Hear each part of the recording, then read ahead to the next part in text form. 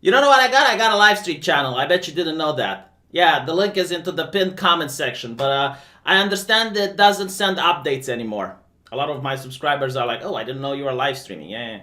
Allegedly, a lot of people live stream, and YouTube cannot handle the massive load on their servers, as I get it. So, all right. I live stream every day. Important things, and I interact with the chat. You want me to interact with you? Hop on over to my live stream. Anyway, right, let's talk about this subject. A lot of European countries are becoming fascistic overnight. And it's understandable due to the situation. Like anyone who worked at a public hospital would know how difficult it is for a manager to purchase anything. There's a lot of red tape. Let's say you need 10 hospital beds. Well, it can take months until they arrive due to the high level of bureaucracy. But we need the beds right now. Now, comrades. So, because of that, a lot of countries are imposing, I guess, the American version of martial law.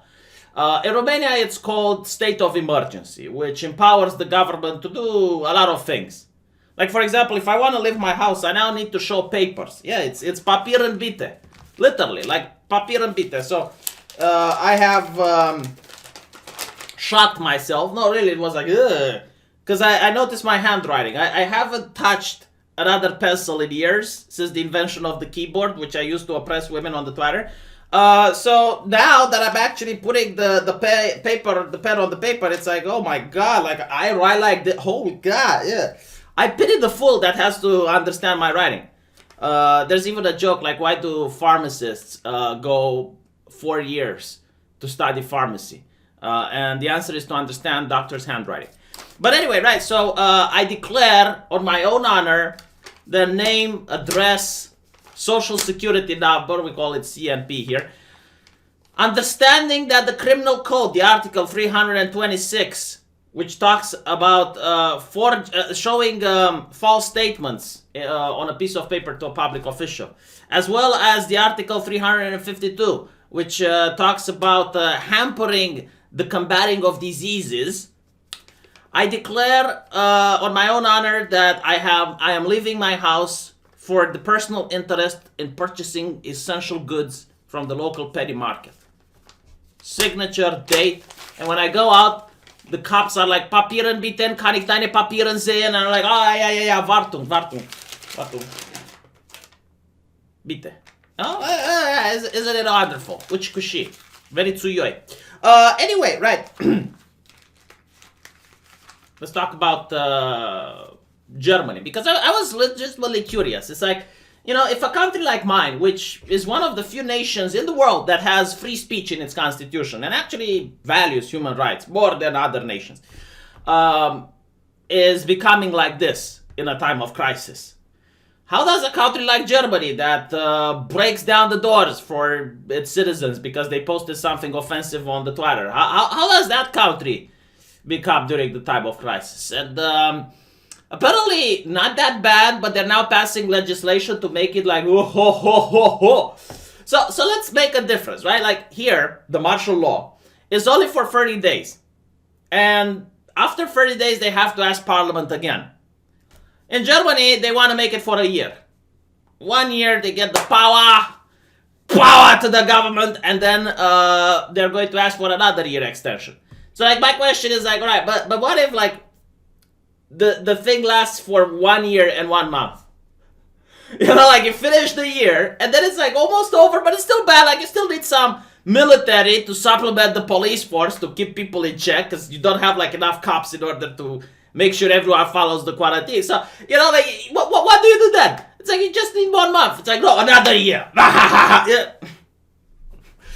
So, yeah, this is what they're talking about implementing. And another difference, like the lawmaker in my country, when talking about martial law, they also have like a couple of things mentioning what the government can't do, which I found very interesting because they realize like it's the infinite wisdom of the lawmaker. They realize that, yeah, I mean, this is a time where a crisis happens and the government needs to act, but still they can't infringe on like basic human rights that can't be infringible. So for example, they cannot like they can evacuate you from your house. They can make sure that you stay in house during the quarantine. They can arrest you. But what they can't do is they cannot convict you for a crime that is not in the penal code. So they can't make up shit like social media does. Like, seriously, like, it's not like, imagine if YouTube would take over my country. There would be, citizen, you're under arrest. For how long? Forever. What did I do? And they would just slam the penal code in front of you. You broke something here. You read it and you figure it out. After 1 month in prison, you get appeal. That's like, yeah, they can't do that. And the other thing, which they also do, is that it's, again, like after 30 days, they need to ask again, and they also cannot charge someone without a trial. So you still need to get to a trial. Like you still need to be heard and make your case. So anyway, right, let's look at Germany. So as I mentioned, it's for a year. Now, in the case of an epidemic situation of national scope, which the parliament will determine, the federal health minister can overrule not only the federal government, but also the state government through decrees without any checks and balance and without any regard for existing legislation. So I kind of like it that at least it's not the prime minister. But like, what happens if the prime minister wants to kick the federal health minister during this time of crisis? Because here it says that the federal health minister can overrule the federal government. So all of a sudden, like this random guy that no one really thought about is becoming the strongest person in the state. Am I reading this wrong? Am I not understanding this properly? Maybe, like a German that actually reads the document and sprechen Sie Deutsch much better than I do can tell me if I'm in the wrong. Because reading this legislation, it says that they rushed it and they didn't think about the consequences. Because it's like, okay, now you just made the health minister the most powerful person in the government for a year. What if he's incompetent? Seriously, like what if he made some bad decisions during the time of crisis and you need to replace him? Who replaces him? Even the prime minister can't, because you just said that he can just not care about the rules that are made by the federal or the state government. So you're kind of fucked. You're kind of fucked if the guy isn't up to speed with what needs to be done. Everyone who is working or has ever worked in healthcare can be forcefully conscripted to fight in the epidemic. So this is like, a lot of people were asking me to go back to the hospital. It's like, what are you doing, V? You need to do your application. You need to go back to the hospital. It's like, motherfucker, I haven't opened a medical book in over 4 years. Like, do you understand this? Like, when I left the hospital, I left it for a reason. It's not like I left it yesterday because I noticed, like, oh, the pandemic is coming. When I left the hospital, there was no pandemic. Everything was fine. Like the reason I left was that I was really tired and sick with the attitude of other people that they have in my country towards the doctors. They're like, oh, you doctors, you do not heal people unless you take a bribe. Unless someone puts some money in your pocket, you're not going to heal my grandma. Doctors are pieces of shit. You get paid from the taxpayer money. Dicks and leeches, all of you. And I'm like, okay, like, fine. I mean, these arguments are too strong. Time for me to resign. They paid me $300 a month. $300. And they would make you work 32 hours a day. I know the day has 24. They managed a way around it. You would go to the hospital at 6 a.m. and you would go home the next day at 3 or 4 p.m.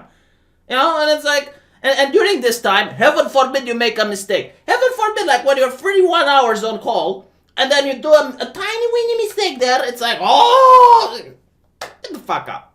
Fuck you, fuck your healthcare system, fuck that and fuck this shit. So I'm like, I'm here. Would there be a need of me?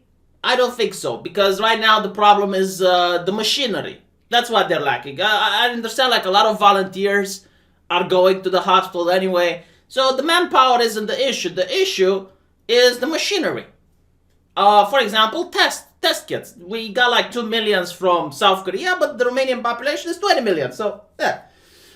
Plus, I'm a microbiologist. Like, that's what I would probably go to do the tests. But again, like, the problem isn't that there aren't enough people to do the testing. The problem is that there aren't enough tests for the people to do them. But the problem is that they need personnel. If it actually comes to a shortage of personnel, the more likely one to get sick are the ones working at the intensive care unit. Even other doctors look in awe and admiration towards the people that are in the intensive care unit. You just can't take a general practitioner and put him there and expect to do a job well done. Like, he's just going to get in other people's way.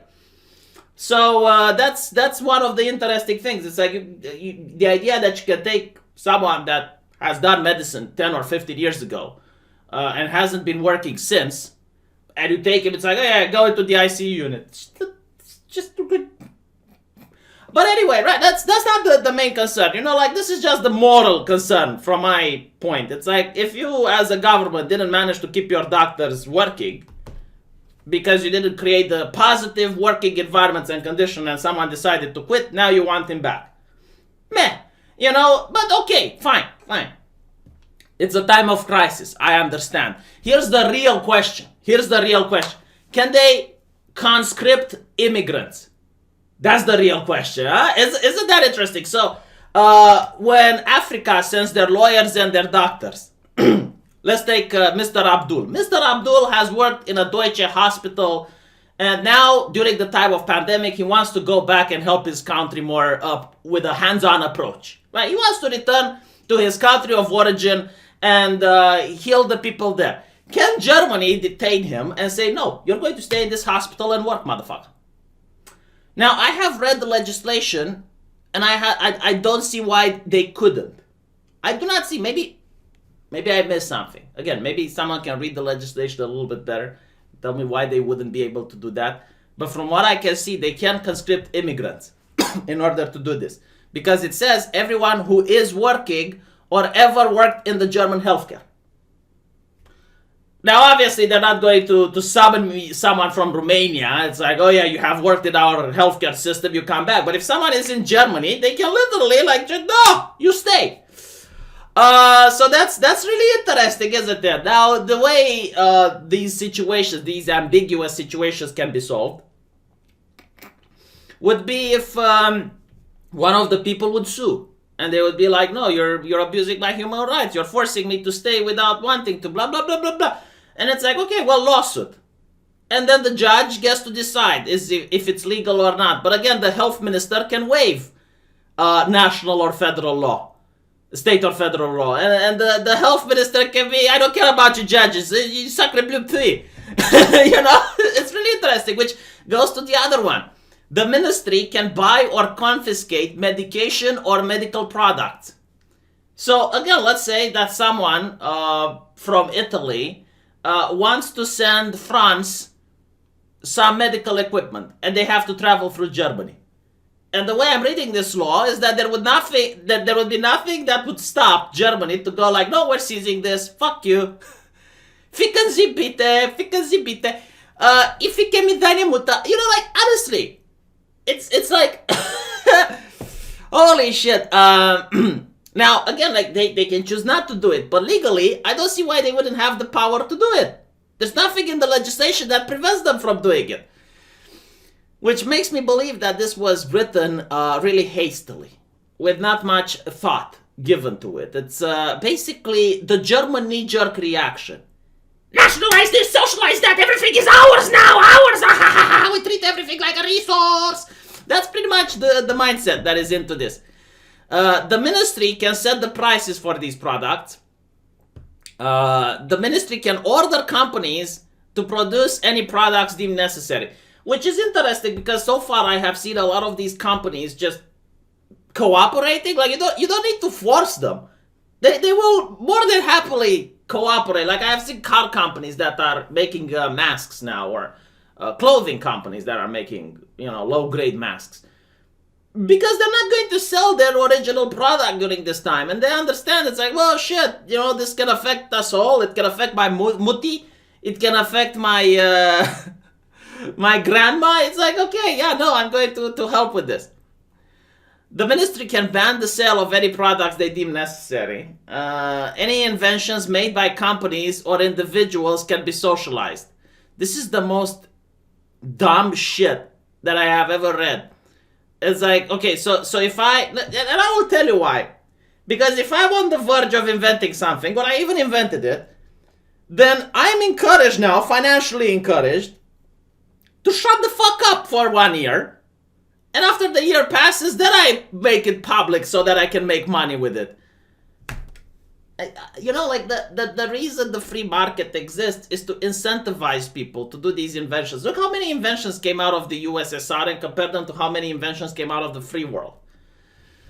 The testing and admission process for new medical drugs and products can be bypassed. Now, I understand the rush. I understand the rush because, you know, time of crisis, great need. But there is a reason there is a lot of red tape when it comes to medicine. The reason like even if I were to have the cure for the virus right now, I have the cure, perfect. Well, I need to go on animal testing first. Then I go on human testing, on a restrict number of humans. And all of these take like 6 months each. And then you go to the large population. The reason you do this is to check for secondary side effects. Because what happens is like, okay, maybe you have a medicine which can indeed cure people. And it's very effective. No one doubts the effectiveness, right? Like you do a study for like 3 weeks, everyone that took the medicine is mwah. And then after 6 months, their liver fails.